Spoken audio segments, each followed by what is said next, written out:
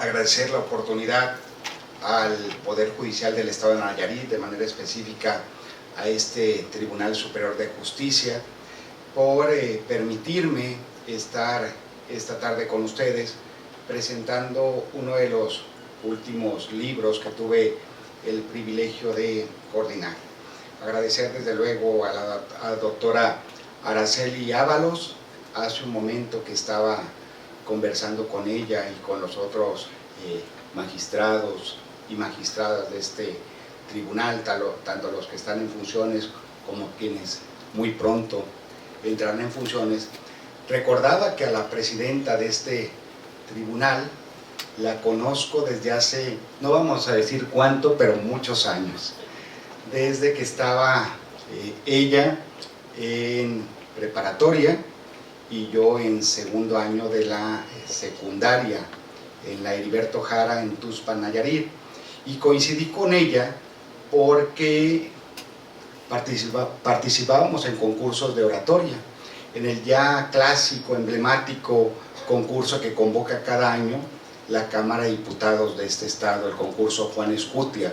Ahí tuve la fortuna de conocerla, aprender de ella, porque siempre ganaba los concursos, por eso me inscribí en esa escuela de oratoria, a la cual venía cada sábado desde Tuxpan a tomar las clases, y a partir de ahí también empecé a ganar cada categoría de ese concurso, siguiendo los pasos de la magistrada presidenta.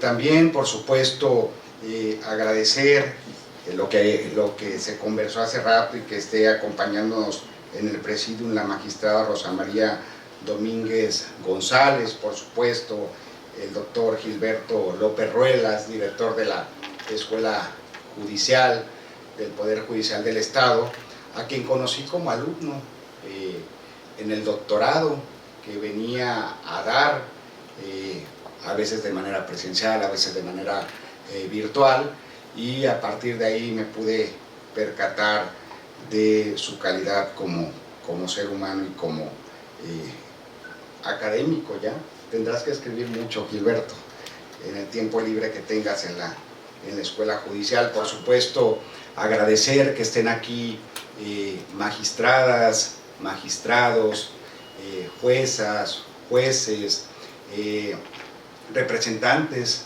del Poder Legislativo del Estado de Nayarit, el presidente de la Comisión Estatal de Derechos Humanos, a quien me aprecio de su amistad desde hace muchos años, algunas alumnas y alumnos que tuve la oportunidad de conocer y por lo menos algo sembrar en ellos hace ya algunos años, cuando dirigía 4 maestrías en la unidad académica de Derecho de mi alma mater, la Universidad Autónoma de Nayarit, institución académica a la que, como se mencionó, le debo el haberme ido a formar tanto en la maestría como el doctorado en estudios superiores en Derecho Constitucional, gracias a una beca de la Autónoma de Nayarit, a la Universidad Complutense de Madrid y después también a la universidad más antigua del mundo, a la Universidad de Bolonia, Italia, que data del año 1088. Recordarán lo que vimos quienes estudiamos Derecho en la materia de Derecho Romano, a los glosadores, pues son de ahí, de la Universidad de Bolonia. Y por supuesto, agradecer el tiempo que se han tomado para estar en esta presentación, aparte de mi familia, muchas gracias por siempre estar presente, acompañándome, amigos de tantos años, Carlos, no voy a mencionar nombres para que no se me pase nadie, pero de manera general decirles que valoro mucho el poderme reencontrar con ustedes, sobre todo en este espacio que se convirtió en mi primer trabajo en el área judicial, jurisdiccional, si queremos manejar un término más amplio.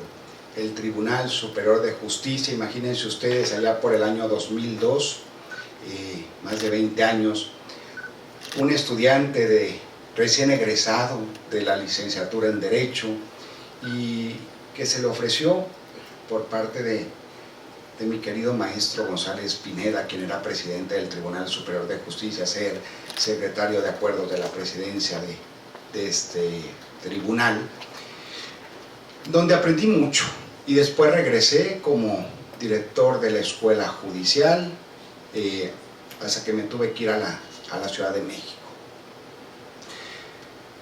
Centrándome ya en el contenido de este libro, bueno, Dora, gracias por estar aquí también. En el contenido de este libro, esta obra me llena de mucho orgullo, no solamente porque se trata de la obra, sin temor a equivocarme, más completa, más actualizada, más sólida, escrita hasta este momento. Y no solamente en español, sino en cualquier otro idioma. En esta obra participan 47 académicas y académicos de diferentes regiones del mundo. Tuve el orgullo de coordinarla, pero no a través de una coordinación, como se suele hacer, que cada quien escriba sobre lo que quiera y como quiera, sino que desde un principio, como coordinador, se dieron los lineamientos generales a cada uno de los autores y autoras. Se fue eligiendo de cada país a cuál era el referente en el estudio de las sentencias constitucionales, regionales y supranacionales. Les voy a contar algo que no van a encontrar en el libro.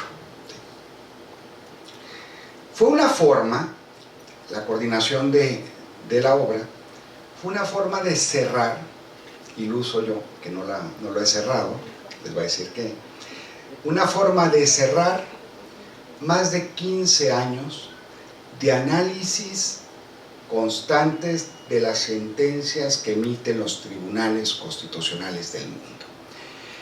Y era una forma para mí de festejar esos 15 años. Dije, bueno, la obra más completa es una que publicó hace algunos años, con relación a esta temática, que publicó el Centro de Estudios Políticos y Constitucionales de Madrid, con 12 capítulos. Si en esta obra logramos introducir 13, ya será una obra más completa que la del Centro de Estudios Constitucionales. Y fuimos aumentando el número de participaciones. Primero dijimos solamente tribunales constitucionales y cortes supremas de Latinoamérica. Después dijimos, no vamos a limitarlo, vamos a incluir también al Tribunal Constitucional de Canadá, a la Corte Suprema de Justicia de Estados Unidos, y fue ampliándose el contenido de la obra porque están comprendidos todos los tribunales constitucionales y cortes supremas, o por lo menos los más emblemáticos de toda Latinoamérica. Pero va aumentando el contenido de la obra. Dijimos, también vamos a invitar a académicas y académicos de tribunales especializados en tribunales constitucionales de Europa. No podía faltar el Tribunal Constitucional Austriaco, el Tribunal Constitucional Español, la Corte Constitucional Italiana, el Tribunal Constitucional Federal de Alemania, Tribunal Constitucional de Portugal, etc., etc. Y después dijimos, nadie hasta este momento se ha ocupado del análisis de los tribunales constitucionales de Asia en una obra colectiva. Una gran pretensión fue invitar a desarrollar el capítulo de la Corte Suprema de Justicia de Israel a uno de los más importantes jueces constitucionales que ha tenido ese país, Aharon Barak.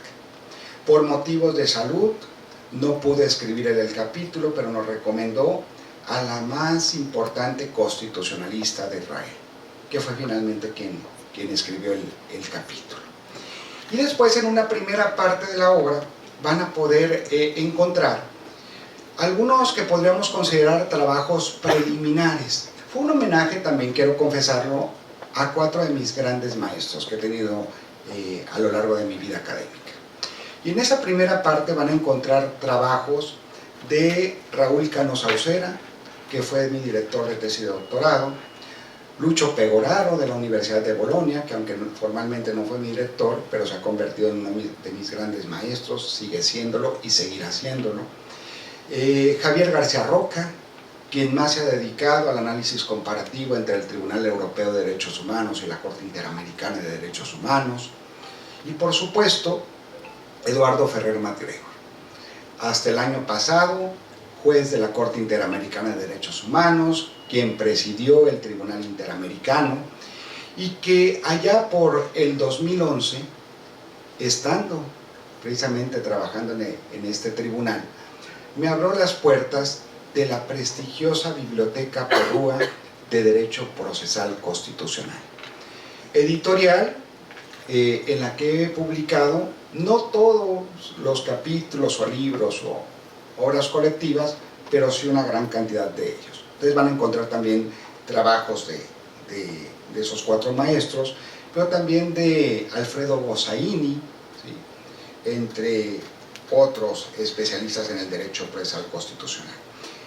Antes de entrar al contenido ya central de la obra, compartirles que se analizan, no como era la pretensión original, 13 tribunales constitucionales.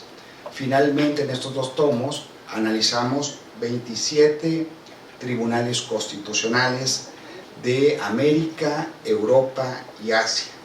Pero además, otro término que se introduce en esta obra: las sentencias de los tribunales regionales en materia de derechos humanos, Corte Interamericana, Tribunal Europeo, y lo que consideramos como tribunales supranacionales, que regularmente se les suele llamar tribunales internacionales, cosa que no son, y eso se explica en la obra.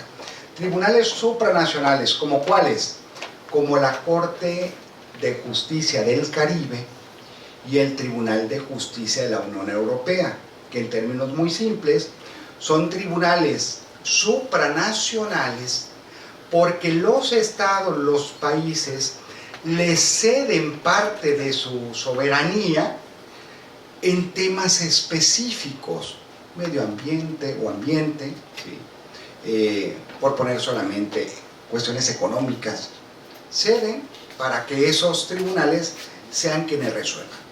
Entonces van a encontrar en esta obra tanto el análisis detallado, pormenorizado, profundo, de la forma de emitir sentencias, 27 tribunales constitucionales, ¿sí?, cortes supremas, supremas cortes de justicia, salas constitucionales, consejos constitucionales, como sea que se le llame en cada país, al órgano que se convierte en el mayor defensor de la Constitución, pero además el intérprete supremo de la Constitución.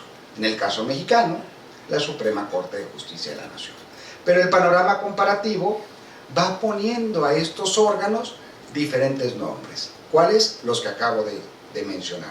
Van a encontrar también tipologías de sentencias y cuáles son las consecuencias, sobre todo en materia de derechos humanos, de la Corte Interamericana y del Tribunal Europeo, y de esos 2 tribunales supranacionales.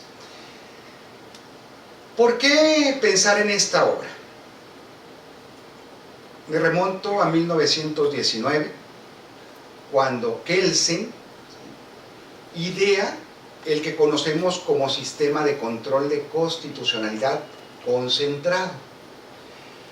¿Qué es ese sistema de control de constitucionalidad? Para quien lo olvidó o no lo estudió en la licenciatura en Derecho o en algún posgrado. Pues el control de constitucionalidad concentrado implica que un solo tribunal es el competente para declarar la constitucionalidad o la inconstitucionalidad de las leyes.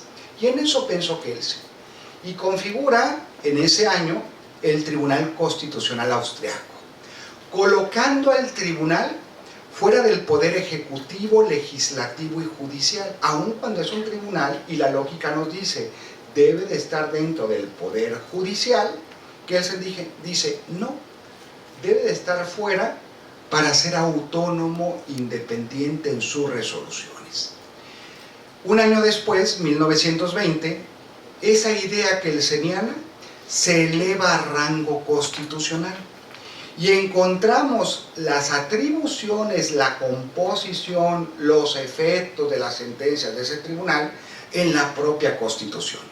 Tienen que pasar 8 años para que Kelsen en 1928, en el V Congreso Internacional de Profesores de Derecho Internacional Público, les dijera a sus colegas cómo estaba funcionando ese Tribunal Constitucional. Las ideas de Kelsen no tienen el eco que él esperaba. Un poco desilusionado, le pide a uno de sus principales discípulos franceses que publique un ensayo en la más importante revista francesa de ese momento. Y sale publicado el ensayo con el nombre La garantía jurisdiccional de la Constitución, la justicia constitucional, que después se traduce al español por primera vez en 1974 por un académico del Instituto de Investigaciones Jurídicas de la UNAM, Rolando Tamayo y Salmorán. ¿Y qué dice Kelsen en lo que interesa para contextualizar el libro? Ese Tribunal Constitucional solamente tiene 2 posibilidades. O bien, si considera que la ley sometida a control de constitucionalidad choca con el contenido de la Constitución, pues puede o tiene que declarar la inconstitucionalidad, no inaplicando la ley al caso concreto, como nos enseña el control de constitucionalidad de tipo difuso, de matriz estadounidense, sino ese tribunal, si se cumplen las mayorías requeridas, puede declarar la inconstitucionalidad de un artículo, de un conjunto de artículos, o incluso de toda la ley sometida a control, eliminándola del ordenamiento jurídico. Y dice Kelsen, convirtiéndose en una especie de legislador negativo. Si el poder legislativo, propiamente dicho, crea derecho, y uno de los elementos principales son la generalidad, y después los jueces son los que se encargan a través de sus sentencias de concretizar la ley al caso concreto, ese Tribunal Constitucional, si declara la inconstitucionalidad de la ley con efectos generales, ¿sí?, se convierte en legislador negativo. Primera posibilidad en la que piensa Kelsen. Segunda, o si considera que la ley sometida a control no es inconstitucional, es compatible, es acorde con la Constitución, pues entonces emitirá una sentencia desestimatoria de la inconstitucionalidad. O bien, porque no se encuentre ningún vicio de inconstitucionalidad en la ley, o también porque encontrando ese vicio no se cumple la mayoría requerida en el tribunal austriaco para declarar la inconstitucionalidad y eliminar la ley del ordenamiento jurídico. En eso piensa Kelsen. Las cosas han cambiado demasiado a más de 100 años de la creación del Tribunal Constitucional Austriaco. Y así empiezan a surgir diferentes tribunales constitucionales en el mundo, ¿sí?, que comienzan a utilizar esas tipologías de sentencias, escapando de la rígida tipología estimación-desestimación, que si se dan cuenta es ponerle una camisa de fuerza a los tribunales constitucionales, porque solamente tienes 2 posibilidades: declarar la constitucionalidad o la inconstitucionalidad, ¿sí? Se les ata de manos, ¿sí? Imaginemos en casos límite donde el poder legislativo, consciente o inconscientemente, no incorporó en el artículo algún supuesto y que se tache ese artículo de inconstitucional por ser discriminatorio y por no garantizar el respeto del principio de igualdad contemplado en la mayoría de las constituciones, sobre todo del área occidental, ¿sí?, sin meterme en los países musulmanes. Pues imagínense, solamente puede emitir una sentencia o estimatoria o desestimatoria.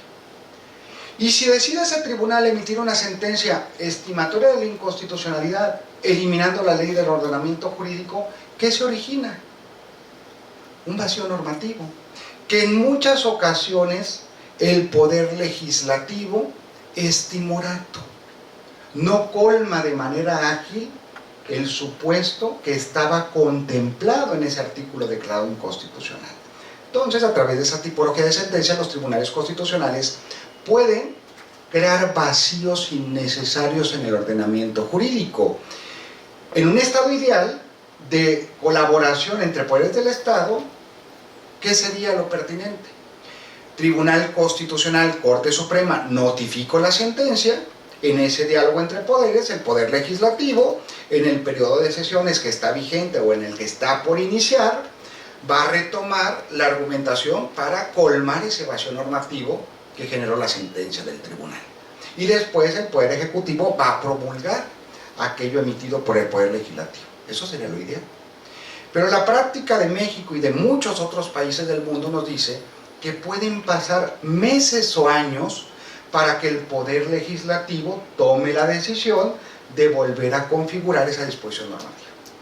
Y en esto piensan los tribunales constitucionales. Y dicen, sin una base constitucional ni legal, pero sí con una base jurisprudencial a través de las sentencias que emiten esos tribunales, van configurando nuevas tipologías de sentencias constitucionales. Ojo, no quiere decir que los integrantes del tribunal saquen un catálogo de pronunciamientos para decir, ¿cómo vamos a resolver este asunto? ¿A través de una sentencia aditiva o a través de una sentencia interpretativa? No.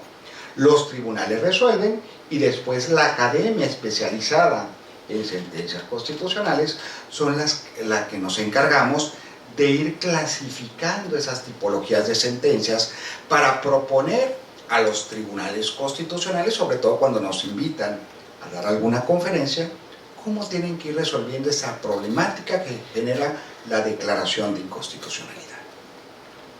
27 tribunales constitucionales analizados. Y les voy a hacer una síntesis de qué encontramos. Fíjense. Corte Constitucional Italiana, pionera en la creación de sentencias interpretativas, reductoras, aditivas y sustitutivas, que en mayor o menor medida se convierten en una instancia paralegislativa. A través de esas sentencias se crea derecho. A través de muchas de estas sentencias se suplanta la obra del legislador democrático. Tribunal Constitucional Español, siguiendo, imitando la dinámica de la Corte Constitucional Italiana, empieza a utilizar estas tipologías de sentencias también. Lo mismo hace el Tribunal Constitucional Federal de Alemania, en el área latinoamericana, la Corte Constitucional de Colombia, que a diferencia de otros tribunales se encuentra dentro del Poder Judicial. O salas constitucionales de Iberoamérica, como la Sala Constitucional de Costa Rica, de Honduras, de Nicaragua, así como tenemos una sala civil, penal, mercantil, administrativa, laboral, etc., en algunas Cortes Supremas de Justicia, encontramos las salas constitucionales. Lo mismo que ustedes conocen que pasa en algunos poderes judiciales de las entidades federativas mexicanas, creando salas constitucionales dentro de los tribunales supremos o de los tribunales superiores de justicia. Esto lo encontramos en algunos países latinoamericanos. O a través de los consejos constitucionales, como el Consejo Constitucional francés, que también influyó en la creación de consejos constitucionales en países de África.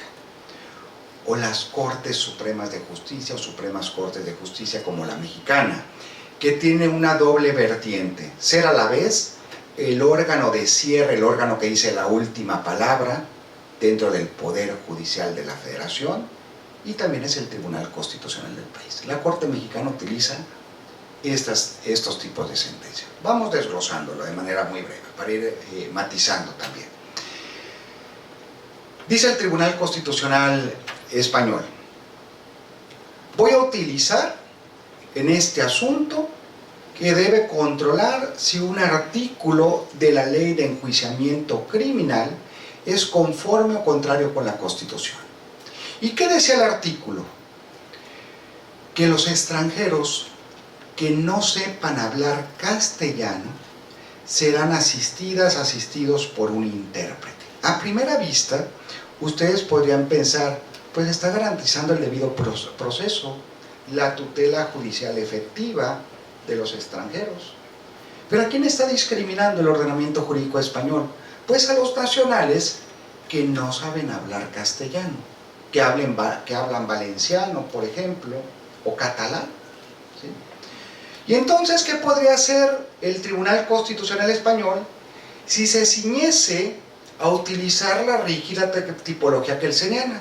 Declarar la inconstitucionalidad de ese artículo por ser discriminatorio, pero decide utilizar una sentencia interpretativa desestimatoria de la inconstitucionalidad, fraseándolo de la siguiente manera: el artículo será considerado conforme con la Constitución española siempre y cuando se entienda que a partir del pronunciamiento del tribunal, además de contemplar a los extranjeros, también contempla a los nacionales que no sepan hablar castellano. Sentencia interpretativa. Corte Constitucional Italiana, materia de pensiones. Dice un artículo: recibirán determinada pensión las hijas y las hermanas del asegurado. ¿A quién se está discriminando con esa disposición normativa? A los hijos y a los hermanos. El Poder Legislativo tiene que ser muy cuidadoso cuando configura la ley, porque hay términos que excluyen a su contrario. Hubiese sido muy diferente si el Poder Legislativo italiano hubiese dicho: se contemplará a los hijos y a los hermanos. Ahí sí se entendería que contempla tanto a las hijas como a los hijos, como a las hermanas y a los hermanos. Pero si con toda intención quiso decir hijas y hermanas, no quiso contemplar a los hijos y a los hermanos. Y ahí viene la labor creativa de la Corte Constitucional Italiana. Dice: diferente a lo que mencionó el Tribunal Español, voy a utilizar una sentencia interpretativa pero estimatoria de la inconstitucionalidad o de parte del contenido normativo del artículo, diciendo: el artículo a partir de la sentencia será conforme con la Constitución y es inconstitucional si se entiende que solamente contempla a las hermanas y a las hijas y excluye a los hijos y a los hermanos. A partir del pronunciamiento se le da una nueva interpretación al artículo y se amplía el contenido normativo. Pero también otro tipo de sentencias que encontramos en el panorama comparativo. Por ejemplo, la Suprema Corte de Justicia de la Nación, cuando ha utilizado sentencias reductoras, no son creación de nuestro Tribunal Constitucional, sino que el modelo italiano circuló al modelo mexicano de emitir sentencias. Y dice la Suprema Corte mexicana, en las leyes de enjuiciamiento, en las leyes de cultura cívica, que las tenemos en algunas entidades federativas: los menores de edad que causen disturbios en la vía pública serán sancionados con multa y arresto. Llega el asunto a la Suprema Corte y dice: es inconstitucional, porque los menores de edad en principio son inimputables. No declaró la inconstitucionalidad de todo el artículo para evitar crear vacíos en el ordenamiento jurídico, sino que reduce la Corte el contenido normativo, declarando la inconstitucionalidad solamente de aquello que choca con el contenido de la Constitución. Y a partir del pronunciamiento se elimina del ordenamiento jurídico la porción del artículo que establece que los menores de edad serán sancionados con arresto, y queda vigente solamente el supuesto de la muerte. Sentencia reductora. Sentencias aditivas que encontramos en el panorama comparativo también. Vamos a poner otro ejemplo de Italia y otro de México. Italia, materia de seguridad social también. Las viudas recibirán la pensión de viudedad de tipo vitalicio. ¿A quién se está excluyendo? A los viudos. Y dice la Corte italiana, para que el artículo sea conforme con la Constitución, se incluye el supuesto que dice los viudos. Suprema Corte Mexicana, un artículo que a mí me gusta mucho traer a cuento, porque se controló la constitucionalidad de un artículo del Código Civil del Estado de Nayarit. Me gusta mucho ponerlo en clases. Primera entidad federativa, la nuestra, que contempló la donación de órganos incluso antes de que esta figura estuviera contemplada en la Ley General de Salud. Y entonces dice el artículo: toda persona capaz es libre de disponer de su cuerpo en beneficio terapéutico de otra persona hasta el 4º grado de parentesco, siempre y cuando no se ponga en peligro la vida del donante ni le cause un daño grave a su salud. ¿Por qué creen que el Poder Legislativo en Nayarita quiso poner ese candado, limitar la donación solamente entre familiares que se ubican dentro del 4º grado de parentesco, como ya lo estarán pensando, para evitar tráfico de órganos? Pero en eso no tiene que pensar un tribunal constitucional, en algo que puede suceder. Lo que tiene que valorar la Suprema Corte es si se está contraviniendo o no los principios, los valores y las reglas constitucionales. Y dice la Corte: el artículo es inconstitucional en la porción normativa que establece que solamente puede haber donación de órganos entre familiares dentro del 4º grado. Elimina esa porción normativa del artículo. Y se dan cuenta, en muchas ocasiones cuando un tribunal declara la inconstitucionalidad de algunas palabras del artículo, no sucede que se reduce el contenido normativo del artículo, sino el supuesto contrario, que se amplía el contenido normativo. Porque hasta antes de la sentencia de la Suprema Corte, imaginemos que yo no tengo ningún familiar dentro del 4º grado de parentesco y que urgentemente, espero que siga siendo por toda mi vida un supuesto solamente, que ocupo de manera urgente una donación de órganos. No se me podría dar, porque el artículo contemplaba hasta el 4º grado de parentesco. A partir del pronunciamiento de la Corte, también puedo ser beneficiario de esa donación de órganos, porque se amplió el contenido normativo y se declaró la inconstitucionalidad solamente de ese límite. Sentencias sustitutivas son aquellas que creo que nunca debería de emitir un tribunal constitucional, pero las emite, porque suplantan directamente y sin rodeos al Poder Legislativo y al Poder Ejecutivo. Y en este tipo de sentencias los tribunales constitucionales lo que hacen es eliminar una parte del artículo. Como el artículo no tiene razón de ser, no se entiende, ahí entra la labor creativa del Tribunal Constitucional, suplantando al Poder Legislativo, estableciendo esas palabras que le faltan al artículo, porque otras palabras tendrán que ser sustituidas. No, espero no quedarme solo en el Pleno de la Corte, pero evitaré en la medida de lo posible emitir este tipo de sentencias. Y mejor emitir una sentencia interpretativa, reductora o aditiva. Pero hay un tipo de sentencias que me ha sorprendido del análisis, sobre todo, de los tribunales constitucionales y las Cortes Supremas de Asia. Fíjense. En muchas ocasiones podemos encontrar en los transitorios de una reforma constitucional que se establece como obligación del Poder Legislativo crear una figura jurídica, un código o una ley. Y le da un plazo de 1 año regularmente al órgano legislativo. Y el órgano legislativo incurre en una omisión legislativa total que contraviene el contenido de la Constitución. ¿A qué se atreven los tribunales constitucionales de Europa y de América? A emitir sentencias monitorias, también consideradas de recomendación al legislador, de aviso, de apelación. Declaran la inconstitucionalidad de esa omisión legislativa total y normalmente en el último considerando de la sentencia le hacen la recomendación al Poder Legislativo, con diferentes matices, en algunas ocasiones diciéndole tomen en cuenta tal principio constitucional, pero hay ocasiones en las cuales incluso le redactan el contenido del artículo al órgano legislativo. Esas sentencias, desde luego, no vinculan al Poder Legislativo, son simples recomendaciones. Pero aún así, el Poder Legislativo suele tomar en consideración el argumento del Tribunal Constitucional o de la Suprema Corte, porque si no lo hace, cuando el asunto llegue a la Corte a través de diferentes instrumentos, procesos de control constitucional, lo más seguro es que el Tribunal o la Corte va a declarar la inconstitucionalidad de aquello que aprobó el Poder Legislativo y que no tomó en consideración el argumento de la Corte. Propician estas sentencias diálogo entre Poder Judicial Poder legislativo y poder ejecutivo. Pero sorpréndanse.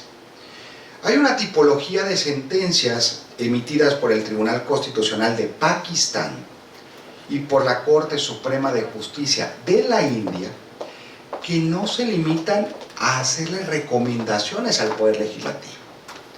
Sí lo hacen en la sentencia, pero además le dicen al órgano legislativo: nosotros, Tribunal Constitucional, Corte Suprema, vamos a crear el código o la ley completa que estará vigente hasta que tú no hagas tu trabajo.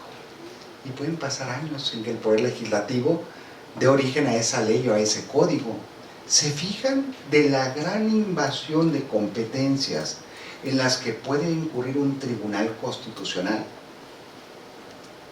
Esto sería inviable en el sistema de control de constitucionalidad mexicano. Le llega un asunto a la Suprema Corte a través de juicio de amparo en revisión, ¿sí?